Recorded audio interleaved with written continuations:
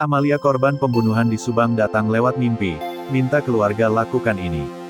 Keluarga didatangi Amalia Mustika Ratu alias Amel korban pembunuhan di Subang lewat mimpi. Yeti Mulyati, kakak dari Tuti mengatakan, ada anggota keluarga lain mengaku pada dia, didatangi Amalia Mustika Ratu lewat mimpi. Dalam mimpi dari saudara kakak sepupunya tersebut, Yeti menjelaskan bahwa Amalia dengan wajah penuh darah meminta untuk keluarganya terus membacakan doa Yasin selama 40 kali.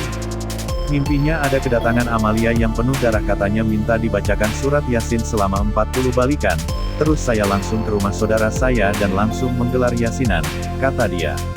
Dikutip dari buku Tafsir Arti Mimpi karangan M. Kamaluddin SIMM, dalam agama Islam, mimpi bukan hanya sekedar bunga tidur. Dalam riwayat Auf bin Malik, Nabi Muhammad SAW membagi 3 kriteria mimpi yang dialami manusia. Pertama, mimpi buruk atau menakutkan yang datang dari setan.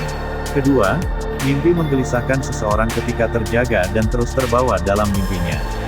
Ketiga, mimpi yang menjadi isyarat dari 46 bagian kenabian. Hadits riwayat Ibnu Abi Syaibah dan Ibnu Majah. Adapun mimpi melihat orang mati atau orang yang telah mati, dalam buku itu, menjelaskan bahwa itu bisa jadi mengandung arti atau menandakan akan munculnya bantuan yang tidak disangka-sangka.